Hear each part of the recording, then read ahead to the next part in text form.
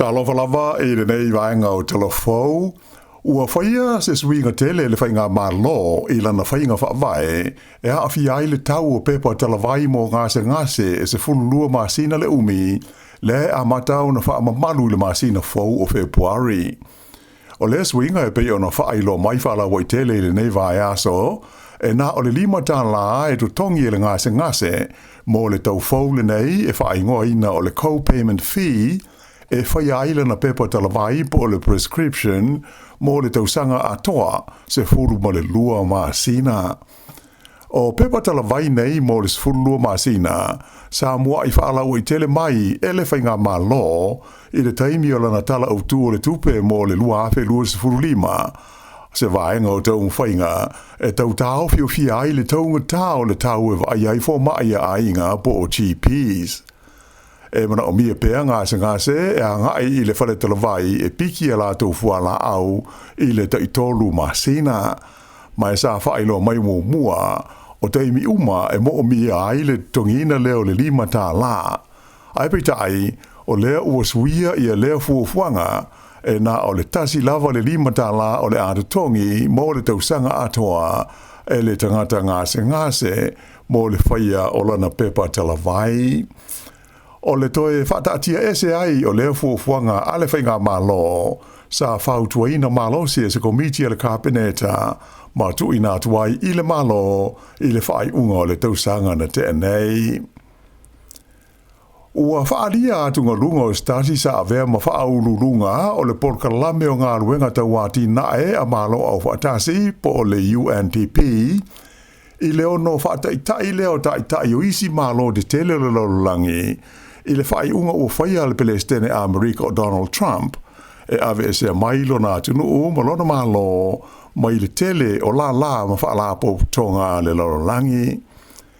E pei ona li poti mai le whai unga vai aso o le ua uma o na saini e le Palestine a Amerika i a Donald Trump ia se polo inga e ave se ai ia le malo a Amerika mai le toia a fia i le tonu o nisi o ofisa ma whaalapo tonga e onus furuono la whai a le whaalapo tonga a malo au whaatasi. O nei whaalapo tonga le tele le lololangi e au fia ai ia le whenga inga e pule ai ngā ruenga i swinga o le tau. Ai whapea ma le whaaputu ngā tupe le e ta ua o le Democracy Fund ma le lata i le tolu se fulu o isi ofisa ma whaalapo tonga ese a malo au whaatasi le United Nations. Whaalia mai el te maitai o Helen Clark o le sa vema pāle bio New Zealand mai la whiwa se lau iwa anga i atu i le luafe ma le valu o se fuafuanga ua whaapopole na aile to tele i le nei whaai unga le i Palestine o le malo tele o Amerika. Na ia tā ua o se whaai unga o wailonga o na lewe ti aile tu langa vāvala lata ma le ngālu lue whelangolongo mai o malo o le lalolangi mo se vai teimi umi ua mawai. Whaalia mai fo i Helen Clark o le tūlanga sili o na popole i ai o le ono a bea o le nei fuafuanga Trump ma whaateita inga i isi taitai o malo o le lalolangi ma o ina wha maamuru ai la tau e le to e fia awai ma langolango ina ngā luenga le lei o lo whaatino e whaalapo tonga nei a malo au whaatasi. O le whenga inga e pule ai ngā ruenga i le swinga o le tau po le Framework Convention on Climate Change na ioe ma pasia ina ele se nate o le malo a Amerika i le tausanga i awhi iwa se lau iwa lua. E to lua tangata na mare lemo ini whaalawe lave na tutupu i le sami i le astona ai ina te anei. O le whaalawe lave mua sa awhi aise tangata i le sami i le vaenga ta ua o le loa kai mai i le tumalo le Bay of Plenty mai le imaruia tau mwhainga a au nanga la vea ai e whaasawina le soifua le nei tangata e awala le CPR na umai lava i alona ola.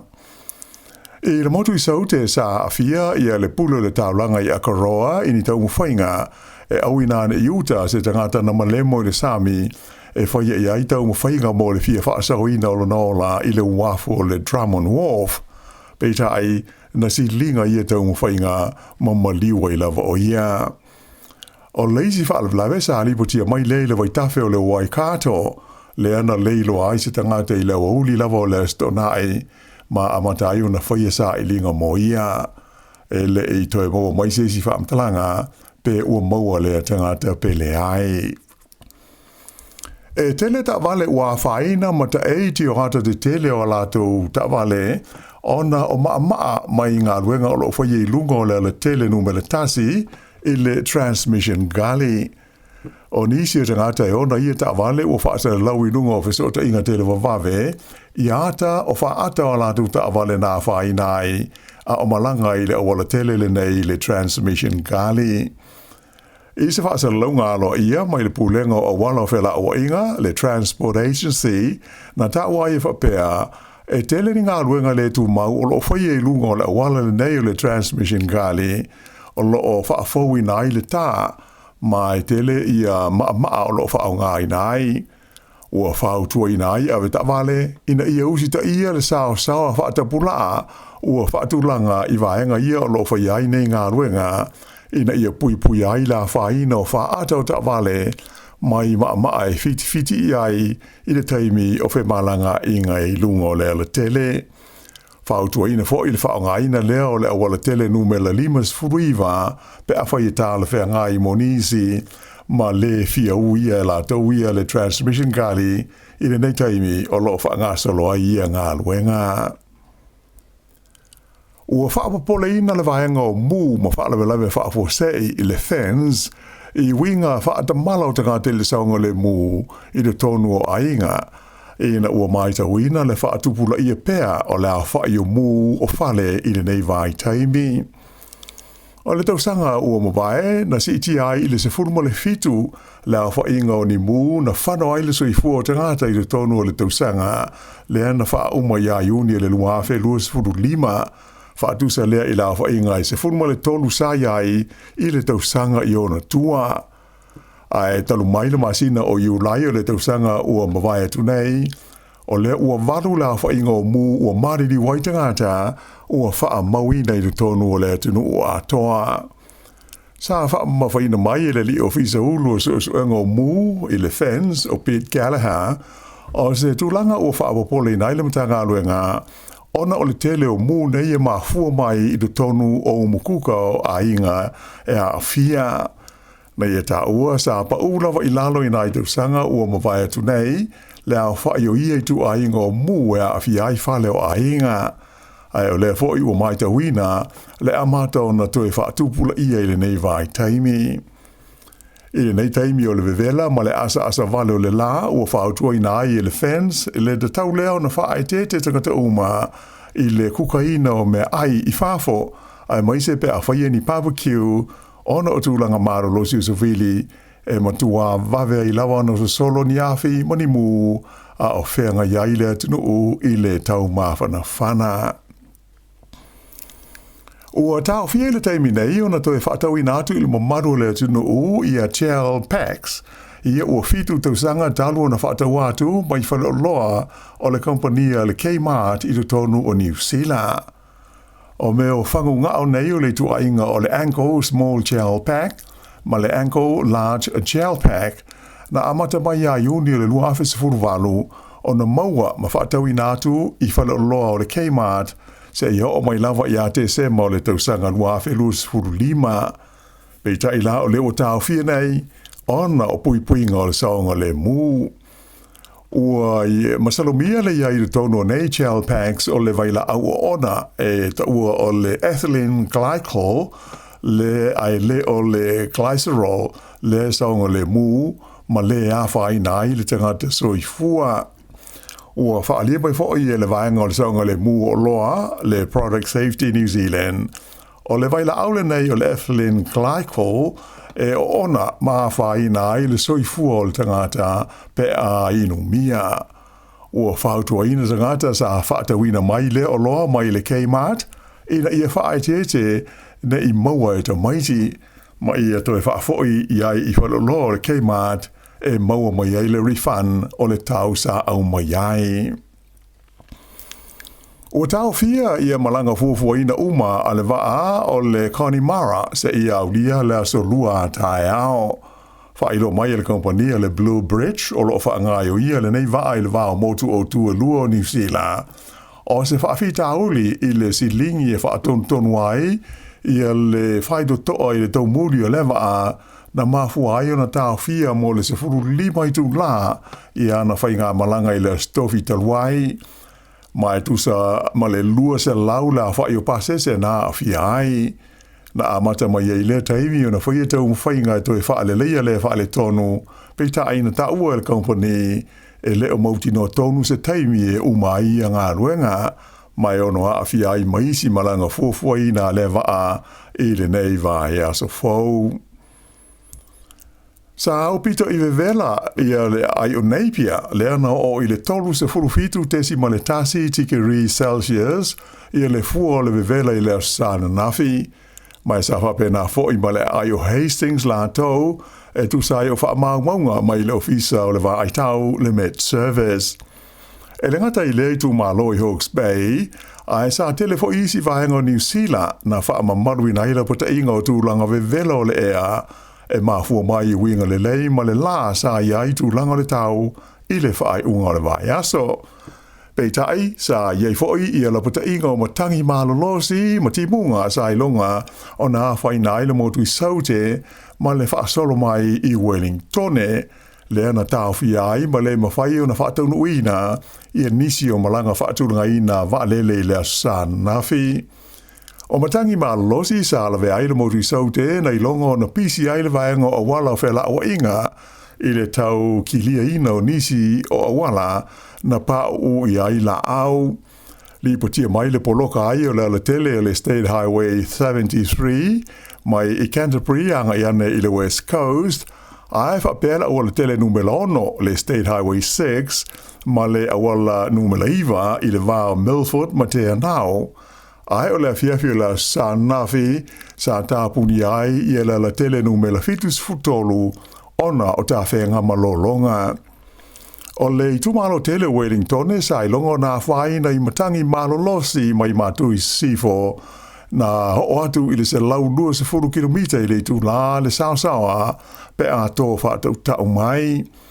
Ai hui o ia tu langa wha le tonu, ai o lo walo ia mai le ofisa o le tau le anga i atu ina le lei malao fie to e mawhana whana i o winga o le tau mo se vaenga tele o le tunu i le nei aso a toa.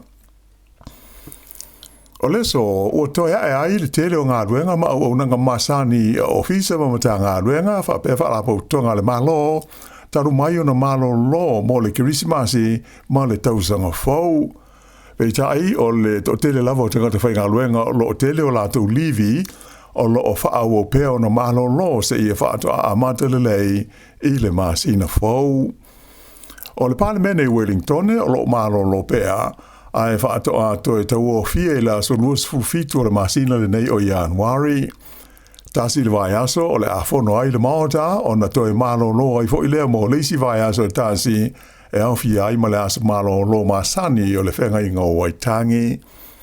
A o le fono le Parliament o le amumua o na tu ina mai whala o tele le Parliament ia Christopher Luxon ia se saunoanga alo ia mai le malo e tu sai o le tulanga o lo o yaile tunu ai mai se o lona ta mau ainga.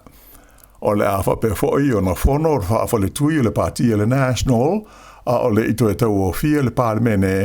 e pe o na fa tu langa ina nei mo le aso luas fumo le fitu o Januari. E ta longa o le tamaitai mai Ukraine o Elena Svitolina le o manu malo i le vaenga o tamaitai i le tauwanga o tenisi e New Zealand le ASP Classic lua fe luas furono e pei ona whaatau nui nai le sua ngā fusi au kilani le san nafi. O le tamaitai mai saina i ngō i a Xin Yu Wang le ana sua fusi ai ma le tamaitai le nei o Svitolina tolu sutasi tau sanga le soifua ma manu malo ai o ia i sedi so o e ono i le tolu ma le fitu i le ono i le umi e tasi le tu la fast food tolu minute. Ai o le sola lea e amata ai le tauwanga le tu pao li lea o lo umi ai le siampini ma le tausanga umwae e le li mai falani e ngo i a keo Mount Phil o le tolua leo le tamaita a Ukraine le nei o Svitolina. E kirikiti whaalawao mahlo na whaia ina al Black Caps a New Zealand i le aua initia I le ta'alonga mua o le OTI na whaia e warawara e initia. Tolu se lauma le tasi ai o New Zealand na tuli ai e initia, mai na maua le lei ai toi tasi le ova na totoe. O le rii o Virat Kohli na ia taina ai e ivas full tolu, le asa fesoa soani tele i le malo o lana au i le waweawa na lei la. O le lil nei o Kohli ua malo loli taia mai kirikiti whaita wina po tests, a e whape ai ma ta'alonga pupu uta i luas furu ova, a e na o ta'alonga ia whaalewao malo i le vaenga o le ODI, o no ta'alo i pe o ia mo lona atunu o initia. E ta'alonga whaata'awa le polo po o le bowling i le whaeunga le vai aso, o le tamaitai o Mandy Boyd o Christchurch, tols fulfadu sanga o le soifua, wa avea o stasi o tangata to i titi, ua atole se furu pe sidi atu o na lato avea masiam pini o le nei ta'alonga i le vaenga o tamaitai i New Zealand. O su ngā siampini nei le National Lawn Bowls in New Zealand, sa whanga solo i le malai ta'alo i le Amwood Park i Christchurch, ma marumalo ai Boyd i le la ta'alonga ma Leanne Paulson o Takapuna, i ai e luas fultasi i le se furu ono. O le teimi mumua leo ua malo ai Mandy Boyd i le siampini o ta'alonga nei taito tasi po le singles, ai o le vaiasana tenei o le fo ina siampini ai le la auto i to lua, ma le tamaitai o Kirsten Edwards. O isi siampini ua malo ai le nei tamaitai e awhi ai i auto i to wha, le ua whaaono na malo ai, whapea auto i to lua ua whaatolu na malo ai, ma le vaenga te to tasi le whaato a siampini ai nei i le asto nai. O Mandy Boyd ua to tolu iai tamaitai o New Zealand, ua atoa le se furu o siampini la tau te umia pe siri atu. I whaase enga i le aisa, o lo whaawo pēo na mata ina le tau mwhai o le i talavoma i New Zealand ia Finley Melville Ives, se furu iwa tu sanga le matua, i ta'alonga whaale vāo mā lo, a o sauni e tuai mo le Winter Olympics i le Masina Fou. Whaeunga le vai aso le na manu malo ai fo i le nei i le ipu le langisa whai ai Colorado i Amerika, i le tauwanga tele o whaase enga i ta ua o Aspen Free Ski Halfpipe World Cup. Na maua i lea tala wautong i ivas furulima, ma tūlanga mua ai i le tauwanga. O lea tau le lea mai le nua o wanakai le motu i saute, mai o lo o ia o mia le siampini le lorangi i whaase enga nei e ta ua o le Halfpipe Free Ski. Whaiunga le nao tala fau,